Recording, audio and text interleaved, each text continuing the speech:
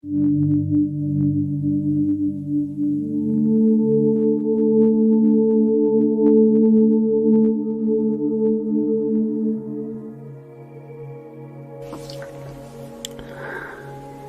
I wanted to talk this morning about fear.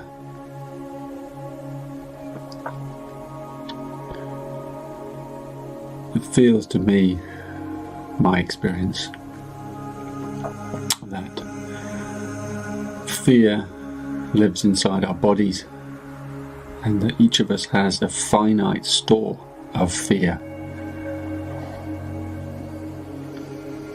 And that fear is related to what the ancients call karma. And that as we go through life and we evolve, we work off our karma. We transmute that finite store of fear that's inside our body.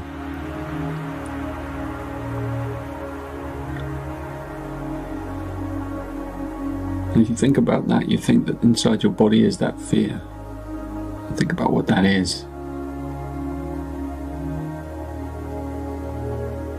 That fear is, it gets turned into an illusion. And the illusion is that you're separate. We are separate. We are separate beings. We are an I. This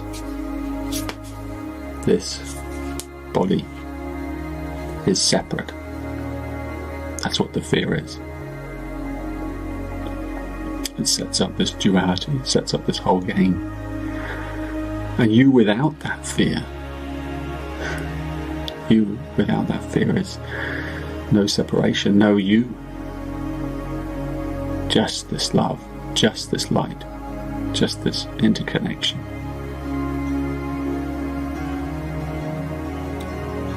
So we have to track the fear. There's two ways really. One is you wait for fear, and then you'll find it, because it's everywhere. Life just provides it over and over again by holding up a mirror.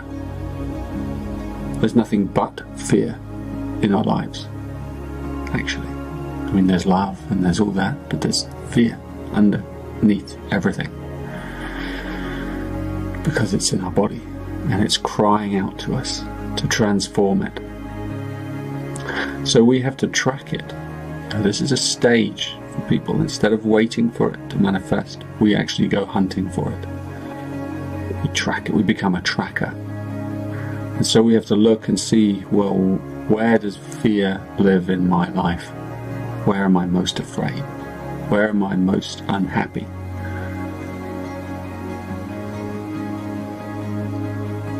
Where is there most pain?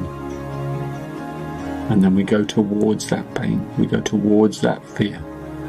We hunt it with our love, with our gentleness, with our acceptance, with our contemplation. We find it in the body, and we open to it, and we allow it. We make a space for it to be felt, to be listened to be heard. We don't have to understand it. The fear is multi-leveled. Some of it's from this life, from our childhood, trauma. Some of it's from our ancestors, trauma, loss, grief. Some of it's from far, far back. We just carry it on behalf of humanity. It's collective fear, collective wound of all beings, going right back to the beginning, however you frame the beginning. So we hunt it, and then when we find it, we give it this space. And remember, it's finite. Fear is finite.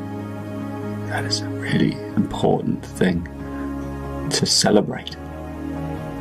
Because when you know that fear is finite, you know that there's an end to it.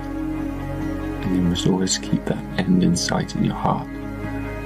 Even when you're deep in the midst of it, you allow it in, you transmute it, you offer it up for the betterment of humanity, for whatever your heart wishes to offer it. And you transmute it daily, day after day. And you go specifically to those places where fear resides at its strongest. And you look at them. That's all you have to do. You look at them. It's like standing on the edge of a cliff. You don't jump off the cliff. You just go to the edge and you look at your fear as you stand there. That's all it requires. It doesn't require that you jump. Standing on the edge is the jump. Just looking at it, being with it.